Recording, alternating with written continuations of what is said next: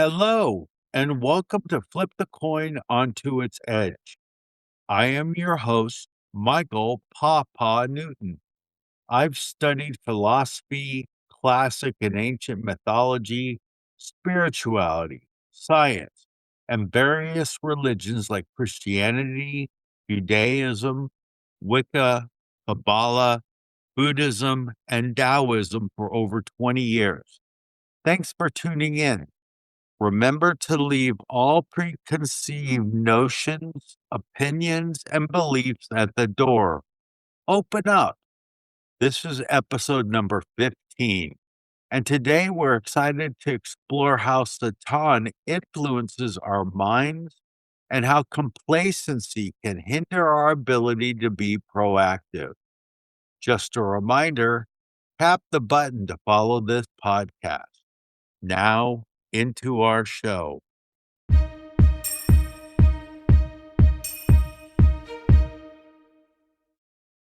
Now we'll discuss spread of shame.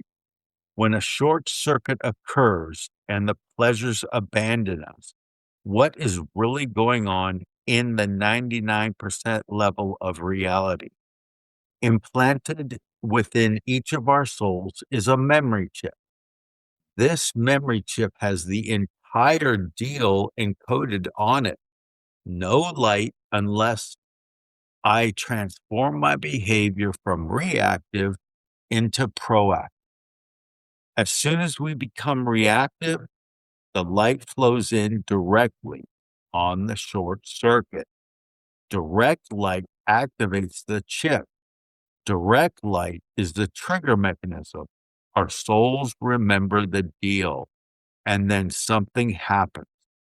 Just as the soul performed the restriction and stopped the light from coming in back in the endless to come to earth, the restriction is reenacted once again within our soul. Automatically, the light is cut off. This is what happens with a short circuit. The light stops flowing. We must remember that in the endless, we had it all. What we didn't have was the ability to become proactive, to restrict our reactive behavior. And that is what life is all about. This memory chip has a name. It's called bread of shame. Bread of shame is perhaps one of the most important code words in Kabbalistic teaching. Here's a simplified explanation of bread of shame. Imagine yourself as a 12-year-old boy. Your dad takes you to play in your very first father and son baseball game at the local park. All the kids in your neighborhood, along with their dads, will be playing. Nothing would make you happier in the whole wide world than to make your dad proud. Nothing. Now it's the ninth inning. There are 2 out.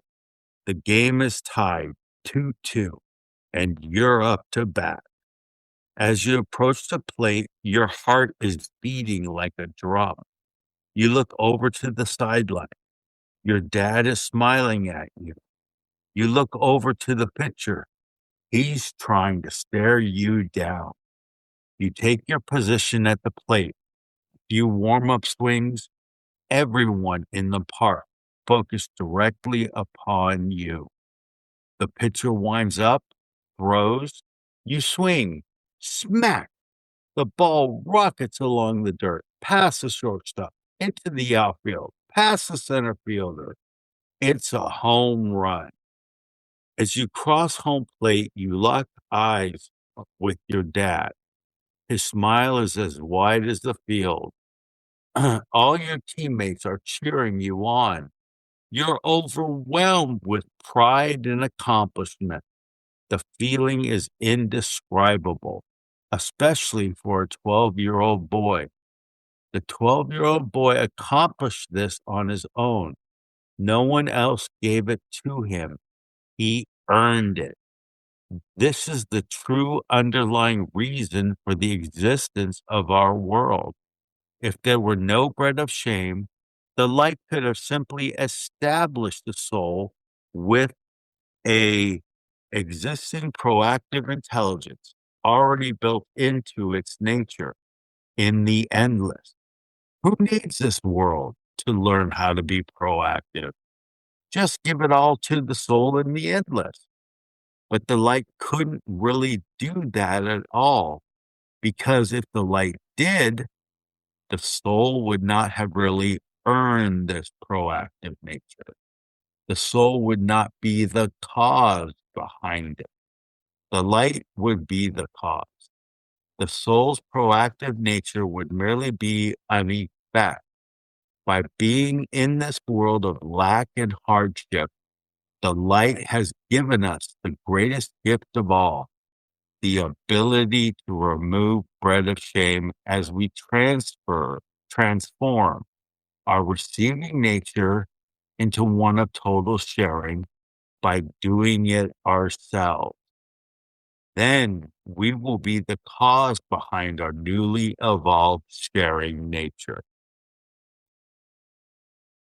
We will have earned that oneness. Oneness means infinite fulfillment for both light and soul. But this time around, we will be the cause and co-creators of the infinite fulfillment that we'll receive. This leads us to another one of our closing questions from last week. Why do good people suffer? We didn't come to this world to be good. We came to be better. Better means continual positive change, transformation. Good is a relative concept. A person may be good because that is their reactive nature. To be proactive for him is to be better, to change something within his behavior. To help us understand this concept a little better, there is a story. A man passes on at a fairly ripe old age and goes to the heavenly court upstairs. The court asks him how he lived his life. The man says, "Everyone loved me. He never made an enemy, never got into fights. He always minded his own business. There was probably no one in his community who would utter an unkind word about him." The courtiers replied, "That will earn you the first ticket to hell." You see, we came to create positive change within ourselves and the world around. Any kind of positive change will always lead to resistance and pressure. Just look at history. We must jump into the mud, into the difficult situations to find those opportunities that can help create positive change, to become creators in our lives and not just reactors. You know, a man could live in a lovely house in a small town all his life. He could have the white picket fence and the all American family. It could be a good life, a tranquil life. At age 95, he could peacefully die in his sleep. On the surface, this would appear to be an ideal life, but is it? According to our mission and purpose, was there any internal change in this man's life? Is he a different man at age 90 than he was at age 30? There's a saying that some people live 70 years as though it were one long day. Other people live one day as though it were 70 rich and full years. Believe it or not, the white picket fence, the easy, simple life, it's the work of Satan. He gives us that tranquil life to prevent interchange from occurring. The Satan is not always that ugly, demonic creature wreaking havoc and spewing fire. One of Satan's greatest weapons is complacency, making you a good guy who's always minds his business and never wants to make waves. Remember, we already had a good life in the end. We already had tranquility and peace. We had complacency. For the endless was infinite stillness and fulfillment without time, space, and motion. What we didn't have was the ability to change, to earn all that we receive, to transform from reactive to proactive. In other words, to be godlike and share. That will help us remove bread of shame. How does Satan make us reactive? How does it actually happen? In episode 13, we spent time getting to know the nature of the opponent. Now we are going to venture into the battlefield, where the oldest war of human history has been playing out since the time of creation. That battlefield is not in some far off country.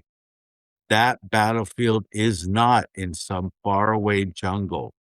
In fact, the battlefield is really quite close. This war is fought across the landscapes of the human mind. Where do our thoughts come from? One day, a primitive man ventures out of the jungle for the very first time with absolutely no knowledge of modern day civilization. He comes across a small transistor radio that's playing the most beautiful music. He picks it up and listens in wonderment. Where do you think he would say the music originates from? He believes it comes from the small transistor itself. And to reinforce this belief, he then opens up the radio and snaps out a piece of transistor. The music stops. Now he is convinced that the radio is the source. But is it? We all know that music originated from the local radio station. Thoughts may not originate within the brain. This idea was confirmed by numerous research studies conducted by Wilder Penfield, a renowned neurosurgeon. He hypothesized that the mind, or the self, might be a separate entity that interacts with the brain, using it as a sort of receiver or interface, rather than being solely generated by the brain's physical matter. War, negativity, destruction, fears, phobias, they all originate within the battlefield that is the mind. For this is where we are most vulnerable. Thoughts are the most potent forces in existence. Therefore, the Satan targets our thoughts. They are the front lines. If we could learn how to distinguish which thoughts are from the light versus which thoughts are from the Satan, we would gain immense control over our life. If our thoughts are prompting us into reactive behavior, it's from the Satan. If our thoughts are of sharing, restriction, and flashes of insight that can truly benefit others, it's the light.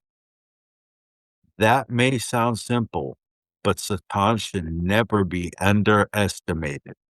He deceives you with unclear thoughts, leaving you unsure whether you are being reactive or proactive. It may even appear that you are proactive, but in reality, you are reactive. What do we do? Just as we have learned about our enemy, we must also understand their arsenal. of weapons that trigger our reactive behavior if we are to overcome them.